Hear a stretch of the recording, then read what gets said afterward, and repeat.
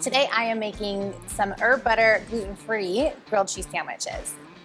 What I love about this grilled cheese recipe using Udi's bread is not only is it gluten-free and the seeds that are in it kind of add this nice texture, it actually holds up nicer. It's not quite as soft as regular bread, and the butter kind of adds this extra crispy crustiness to it that regular bread doesn't offer.